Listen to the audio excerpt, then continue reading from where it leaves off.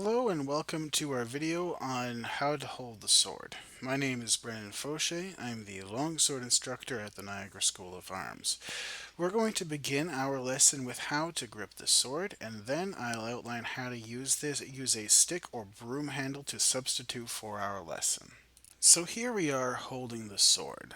We're going to use our writing hand to first grip below the guard. I use a hammer grip just to give you a visual reference. Slide the sword in your hand just a little bit, then grip the pommel. It's not incorrect to grip the handle with the offhand, but that is not how Fiore does it. Eventually, students will find the way they most naturally grip the sword. Try this one at first, and then look at videos of other fencers' hand positions, and see where you're comfortable. So here we are with the stick. Ideally, you want to use one that comes up to just above the sternum, but Fiore is also not specific about his ideal length. I take my offhand and place it on the very bottom of the stick.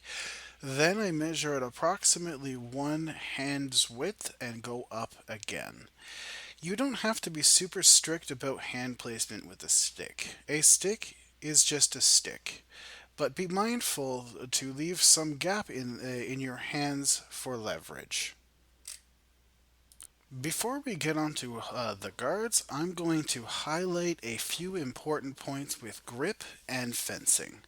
So first up is holding the sword. We don't want to grip the sword tight. The reason is that we lose control and the sword becomes stiff in its movement. So think about holding a cat or something else that's pretty easy to hurt.